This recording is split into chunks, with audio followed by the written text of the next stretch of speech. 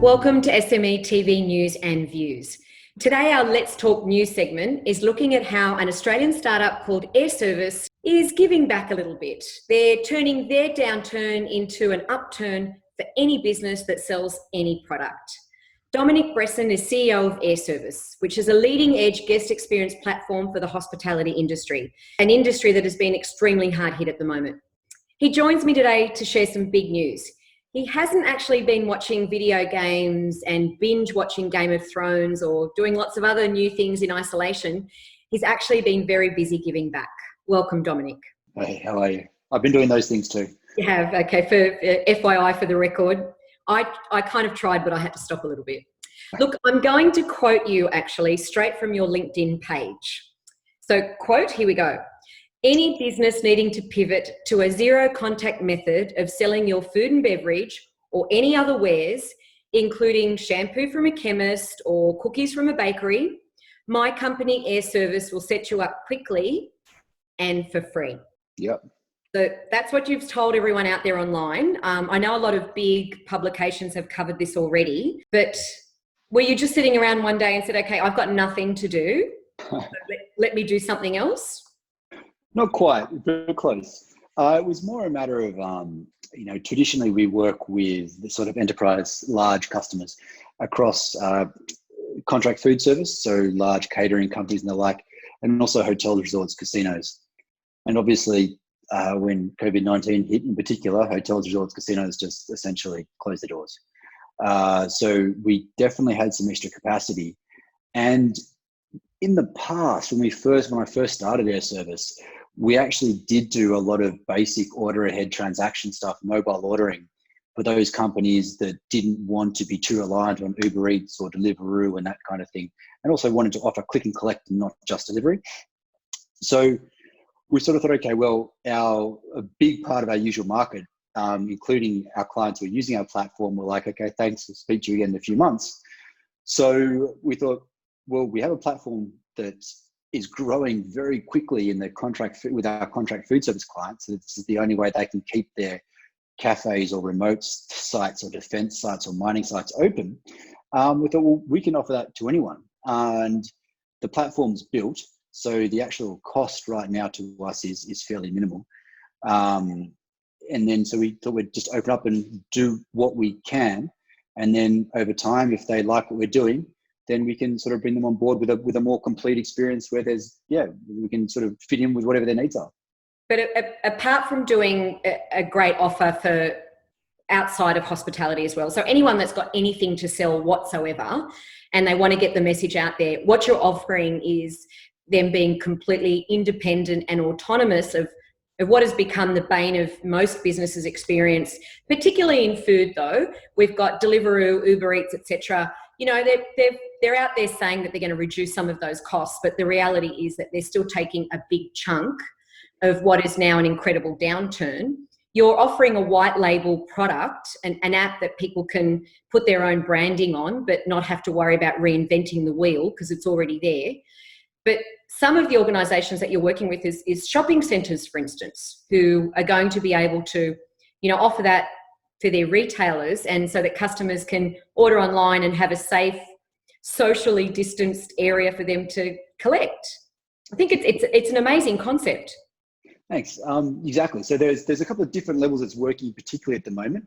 One of which is that yes, there is definitely a backlash against your sort of marketplace solutions, whether it's Uber Eats, Deliveroo, whatever brand you choose to talk about, and yet with regard to pricing or with regard to some behaviours where I've heard there were some articles the other day I saw where venues had decided they didn't want to accept orders from a particular provider anymore, so that provider marked them as closed on the website and the like. So just wanting to move away from that. Then, as you said, also moving away just from F&B. So they're all very food and beverage and hospitality focused sectors. Right. And that's where traditionally you order ahead with your apps or your click and collect has been quite successful.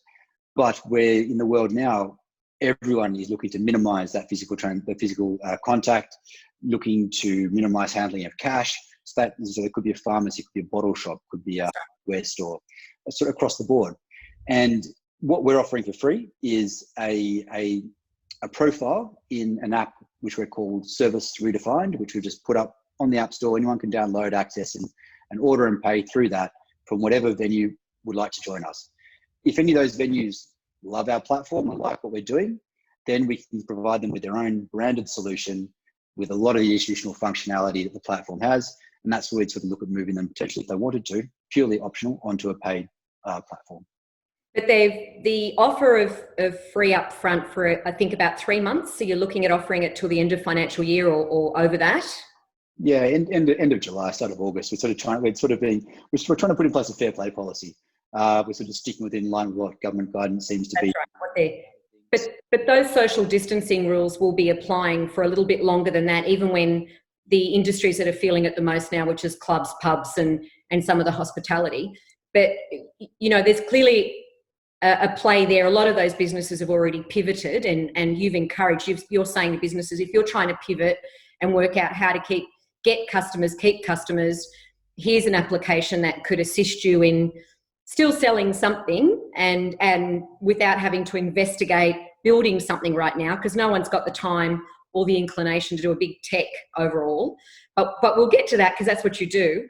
You're looking at people can join up, set up their online ordering facility, put their stock on there or what they want to sell. It's a contactless payment option, which again is, really popular in the social distancing world. So we don't want to take cash, because we don't want to touch that anymore either. And also the way that they can collect it, or the venues or the businesses can also choose to deliver, but it's all within their control again. Exactly right. It's a very fast, easy way for someone. A lot of businesses are like, geez, I have to do this now. They can sign up for us for free. We'll get them up and running typically within 48 hours. Right. See how it goes. If they find after this period that they want to transition back to a more traditional model, fantastic. I'm glad we've been able to help. If they find after this period that it's successful and they want to expand it and take it further, we'd love to help with that as well. Was this ever part of your business plan? No. Was this something you were, okay. So you're doing what you're encouraging others to do, which is slightly pivot and see if you can already use what you've got and repurpose it in something else. Exactly. So let's say when we very first started, we were working with a bit more of the SME market, and then we just got drawn over time working more at the enterprise end of town. And we've certainly never done anything of this nature. We're just essentially giving away for free and saying, look, how can we help? So I'm going to sort of sidestep a little bit here. You've been immersed in the startup world for quite some time. You've been a CEO of multiple different startups. You've got quite a varied background behind that, colourful, I will say. You did law initially, but didn't practice, or? No, yeah, I did law. I did practice for 3 or 4 years as well. And my family's been in hospital.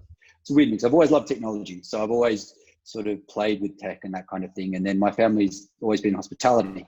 So even when I was practicing law, I was sort of involved with the hospitality side of the business.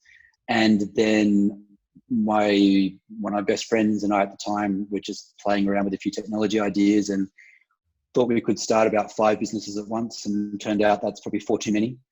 And then bane of most startups' existence. Let's do this, and this. Yes. Exactly.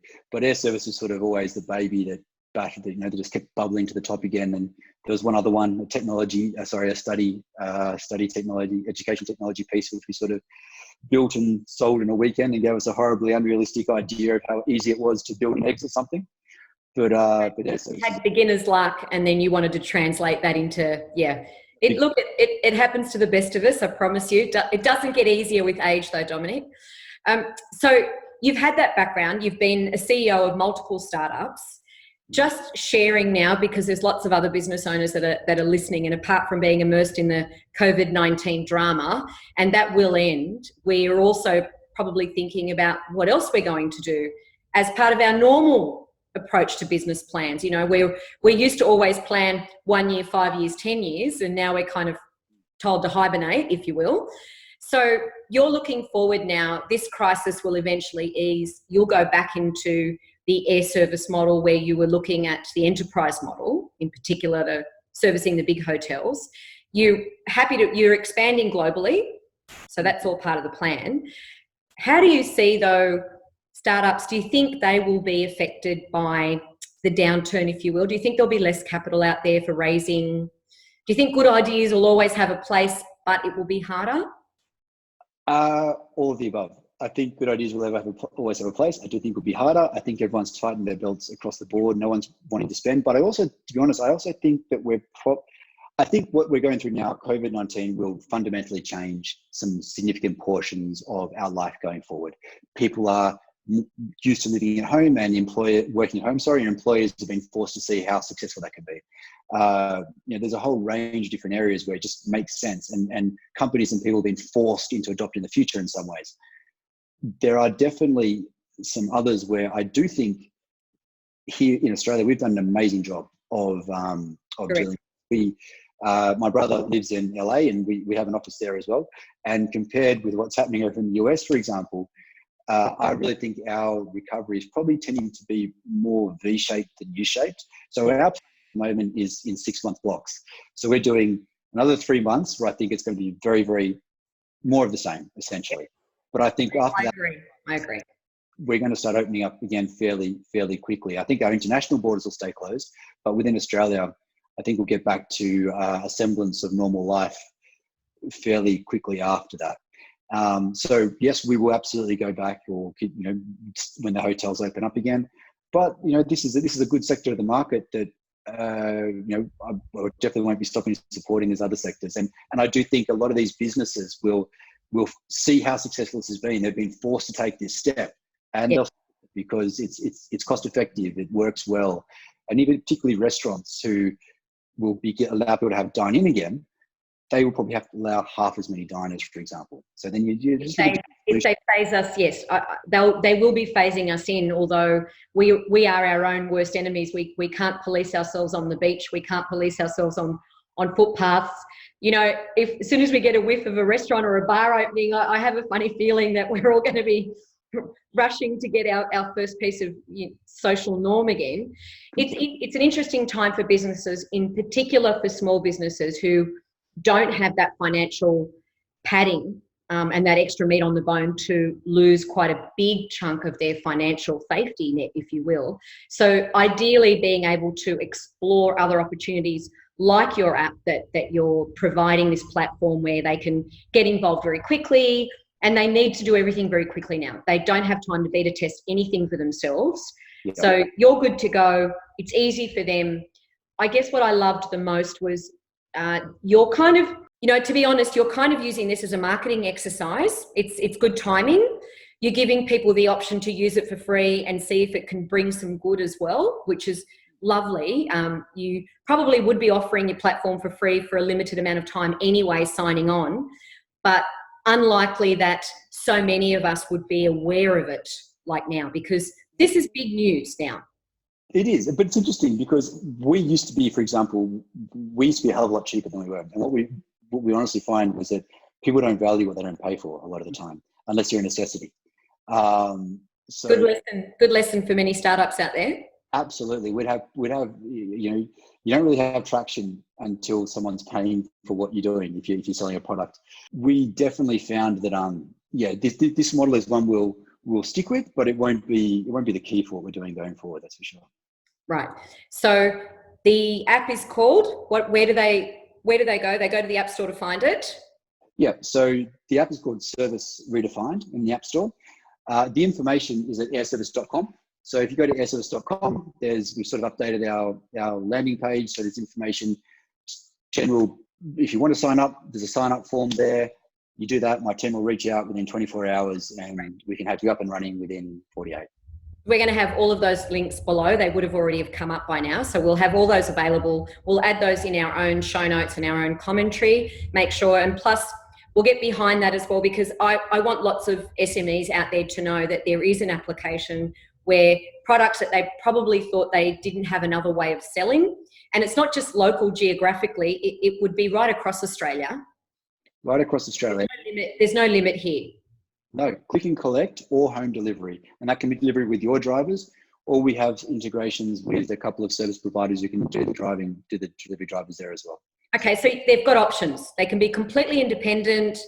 They can give a little bit of the business to some other people as well with deliveries, or the customers themselves can go and pick it up when they've already done their order and they've already paid, which everybody is looking for that convenience. Although these days we we don't mind taking a little bit longer to go out and get something in case we see a human being for 10 minutes or even closer to. Thank you very much, Dominic, for joining us today.